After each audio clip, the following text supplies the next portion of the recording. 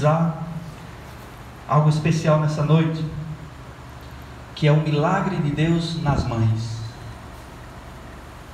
Deus, ele tem um milagre e algo especial para as mães. E eu gostaria que vocês abrissem a Bíblia em Gênesis capítulo 16, verso 1, para a gente entender o que Deus tem de especial para as mães. Para introduzir a mensagem dessa noite, eu queria lembrar um texto que está lá em Salmo 117, verso 3, que diz que os filhos são a herança do Senhor. Então, o maior presente e o primeiro presente que uma mãe recebe, qual é? É um filho, não é isso? A mãe, ela se torna mãe através de um filho. Então o filho é o primeiro presente, e esse presente é chamado na Bíblia de herança do Senhor. É uma dádiva entregada por Deus à mãe, e aí ela se torna esse ser tão especial. Quando a Bíblia diz que os filhos são a herança do Senhor, quer dizer que Deus está entregando à mãe algo que era dele. Ele entrega os seus filhos para que a mãe cuide. Só que o mais interessante é que não é só o filho que a mãe recebe. Sabe o que é que a mãe recebe? Recebe a capacidade de amar, de cuidar, que só ela tem. Deus só dá à mãe essa capacidade, esse carinho, esse jeito especial. Então Deus diz assim: eu vou dar uma bênção para ela, mas junto com essa bênção eu vou dar toda a capacidade, esse algo especial que eu tenho, que só Deus tem. Ele dá um pouquinho para a mãe, e a mãe é aquela pessoa que sempre tem um jeitinho de falar com o filho, com a filha, e orientar, e cuidar, e dar carinho. E quando cai de bicicleta, é aquela que vai lá cuidar dos ferimentos. Quando tira uma nota ruim na escola, ele vai lá dar o suporte escolar, ensinar. A mãe é uma rocha na família. E eu separei aqui algumas mães para falar para vocês. Na realidade, 3 mães que eu encontrei na Bíblia que receberam assim uma bênção de Deus assim significativa, uma bênção muito grande. E essa primeira mãe a gente viu recentemente estudando no Reavivados, no estudo da lição, que é Sara. Abram a Bíblia em Gênesis capítulo 16, verso 1. Gênesis capítulo 16, verso 1. Se a gente lê os textos anteriores, ou quem já conhece a história de Abraão, sabe que Deus prometeu a Abraão que ele seria pai de uma grande nação. Ele teria muitos descendentes. Só que a sua esposa era estéril. Então como é que ele poderia ser pai de uma grande nação se a esposa era estéril? E aqui no capítulo 16, verso 1 diz: ora, Sarai, o nome dela ainda era Sarai, mulher de Abrão, não lhe dava filhos, tendo porém uma serva egípcia por nome de Agar. Então assim, foi só para... Tem outros textos. Lá na frente, um pouco mais à frente, Deus conversa novamente com Abraão. Vamos ler aqui o capítulo 17, verso 15 ao 17. Deus conversa mais uma vez com Abraão, reafirmando a promessa que Deus fez a Abraão. Capítulo 17, verso 15 ao 17 diz assim: disse também Deus a Abraão: a Sarai tua mulher já não lhe chamarás Sarai, porém Sara. Abençoá-lo-ei e dela te darei um filho. Sim, eu o abençoarei e ela se tornará nações, reis de povos procederão dela. Então se prostrou Abraão, rosto em terra, e riu, e disse consigo: eu, um homem de 100 anos, há de nascer um filho? Dará à luz Sara com os seus 90 anos? Olha só, Deus havia prometido a Abraão que ele seria pai de uma grande nação.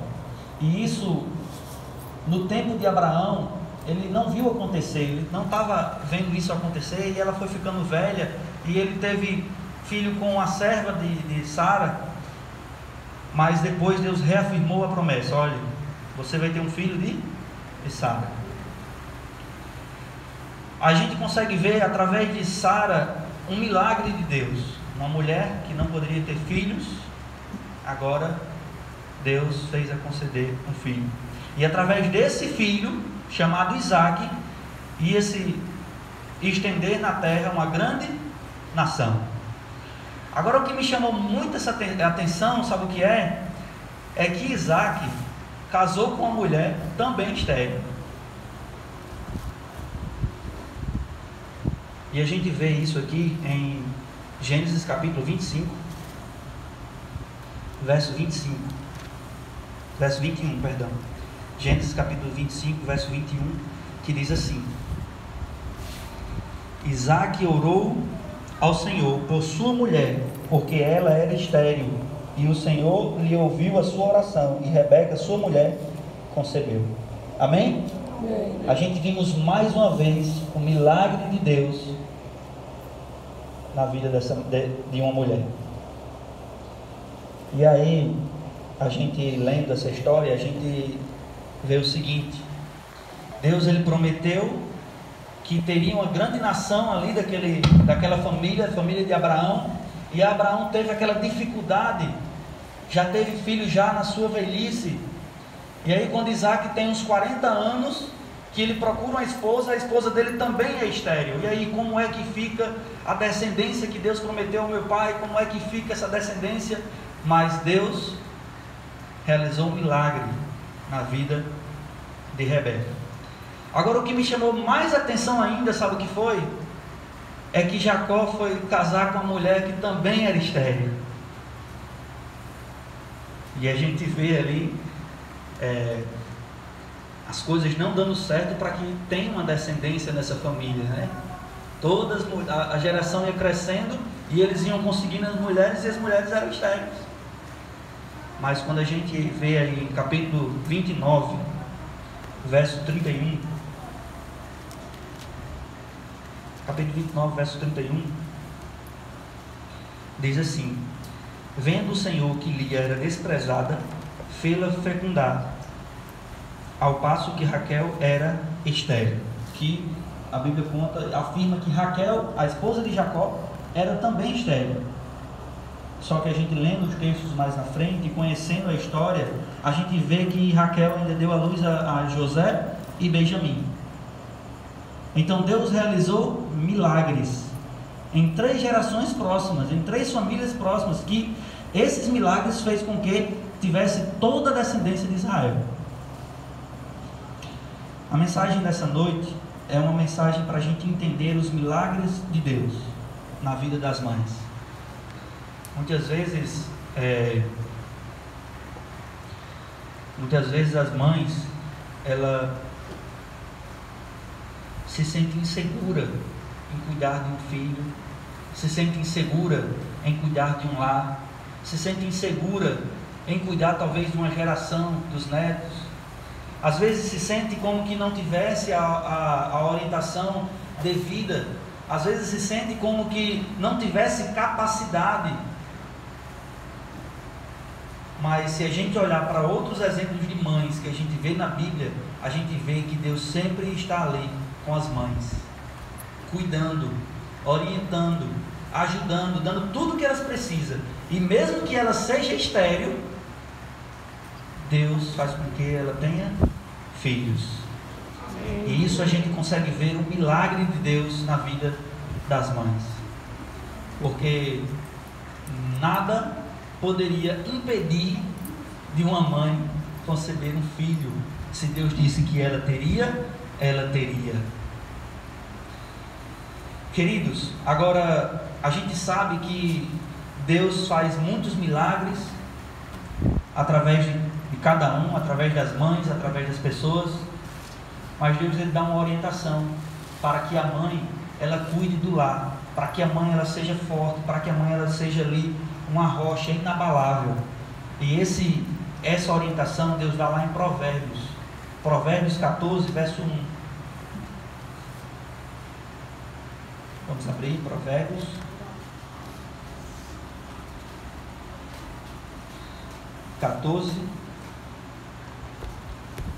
Verso 1.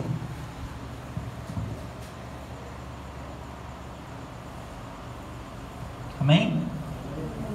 Diz assim: a mulher sábia edifica a sua casa, mas a insensata com as próprias mãos a derriba. Aqui Deus, através desse verso, a gente vê que Deus dá uma dica de como ser uma boa mãe, de como ser uma mãe que cuide do seu lar, de como ser uma mãe que está ali de prontidão, que quer que o seu lar progrida, como ser uma mãe que cuida do que Deus lhe confiou. E o verso diz que a chave para isso é: tenha sabedoria. A mulher sábia edifica a sua casa. E quando fala de casa, não quer dizer que a mulher tem que ser uma pedreira, uma mestre de obra para construir uma casa, mas sim construir a sua casa em Deus. A mulher sábia, ela edifica a sua casa em Deus. Eu costumo dizer que Débora é meu equilíbrio, porque sempre quando eu preciso fazer alguma coisa, tomar alguma decisão, eu consulto ela, porque eu posso estar desequilibrado, e aí ela me equilibra. Isso é muito bom. E a mulher, ela tem um equilíbrio dentro de casa, ela precisa ser um equilíbrio dentro de casa, porque a sabedoria que Deus dá à mulher é diferenciada. A sabedoria que Deus dá às mães é diferenciada, porque quando Deus dá a bênção, Deus dá a capacidade de resolver toda aquela situação. Então, a partir do momento que uma mãe, ela tem um filho, ela se torna mãe, ela desenvolve ali em sua mente, em seu corpo, instintos que só a mãe tem. É impressionante como uma mãe de primeira viagem trata o seu filho, sendo que ela nunca teve filho. Deus dá capacidade para as mães cuidarem dos seus filhos das melhores maneiras possíveis. Deus, ele dá a capacidade, e Deus pede, Deus aconselha que a mulher, ela busque a sabedoria para edificar o seu lar. E essa sabedoria, sabe onde é que a gente encontra essa sabedoria? Sabe onde é que as mulheres, as mães podem encontrar essa sabedoria? Está lá em Jó 12, vamos voltar um pouquinho, Jó capítulo 12, verso 12 e 13.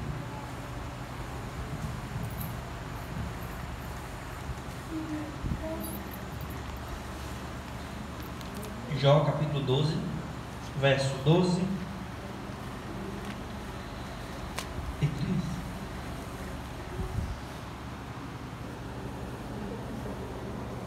Amém? Diz assim: está a sabedoria com os idosos e na longevidade o entendimento? Não. Com Deus está a sabedoria e a força. Ele tem conselho e entendimento. Amém. Então, está a sabedoria nos mais velhos? Não. A sabedoria está em Deus. Deus é o dono da sabedoria. Então Deus diz assim: a mulher sábia edifica a sua casa. Mas onde é que a gente consegue sabedoria para edificar a nossa casa? Onde é que a mulher consegue essa sabedoria? Em Deus. Em Deus é onde tem essa sabedoria. E é muito bom e é muito bonito quando a mãe, ela está ali buscando essa sabedoria. Eu estou falando essas mensagens, mas eu não faço ideia da jornada de uma mãe. Não faço ideia das lutas que uma mãe passa. Mas a gente achou apropriado alguém que viesse aqui para homenagear vocês, mesmo sem saber o que vocês passam, mesmo sem saber quais são as suas lutas, quais são as suas jornadas, as suas batalhas. Mas a gente sabe o quanto é difícil. A gente sabe o quanto vocês precisam de Deus nesse momento. E Deus orienta, que Ele tem a sabedoria. Queria ler mais um texto com vocês, que está lá em Provérbios, voltando novamente lá para Provérbios. Provérbios 31, verso 29. Provérbios 31.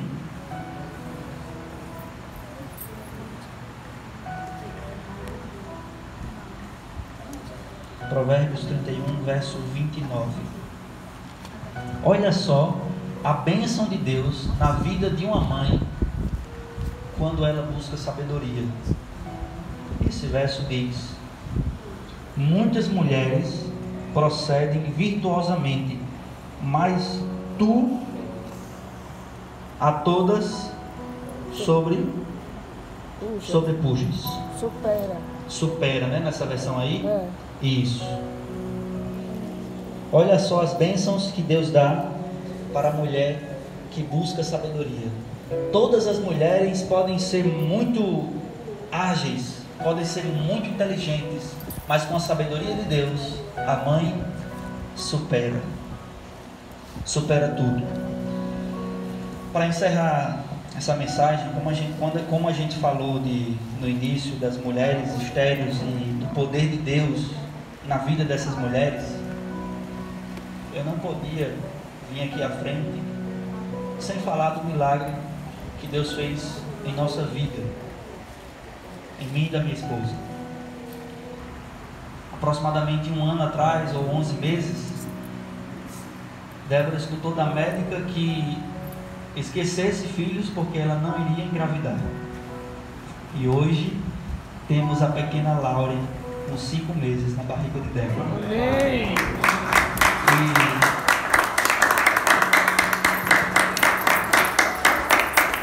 E a gente pode até pensar que os milagres de Deus só estavam na Bíblia, que os milagres de Deus só tinha lá no Antigo Testamento. A gente acha que as mães só eram abençoadas lá na história da Bíblia, mas a gente vê mães corajosas sendo abençoadas a todo momento da história.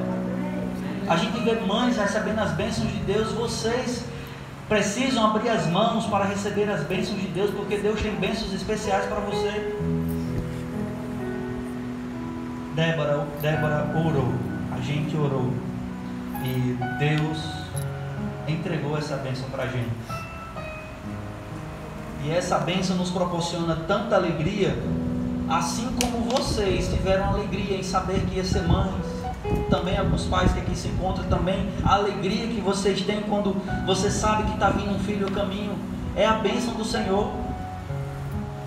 Essa bênção a gente recebeu de mãos abertas, mas Deus tem outras bênçãos para cada um de nós, e precisamos abrir as mãos para essas bênçãos.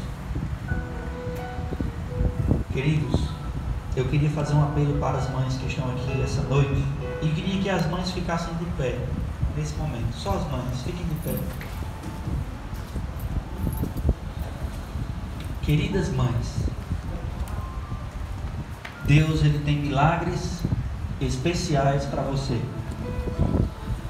Algumas mães aqui já estão aceitando algumas bênçãos que Deus tem reservado para vocês.